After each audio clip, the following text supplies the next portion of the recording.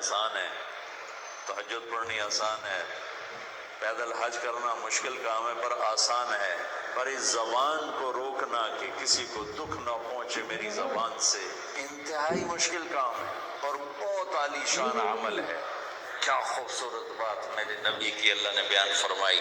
ایک نبی بھیج رہا ہوں جو پوری زندگی ایسا بول نہیں بولے گا جس سے کسی کو تکلیف ہو، کہ کہنے والا کہہ رہا ہو یا طارق جمیل نے ایسی بات کی نا میرا دل ہی توڑ کے رکھ دیا۔ یہ جملہ میرے نبی کے بارے میں نہ کبھی کوئی کافر بولا اور نہ کوئی صحابی بولا اور نہ کوئی اپنا بولا نہ کوئی غیر بولا۔ سبحان اللہ، کہ زندگی میں زبان سے پھول جھڑے، شہد جیسا میٹھا بول نکلا۔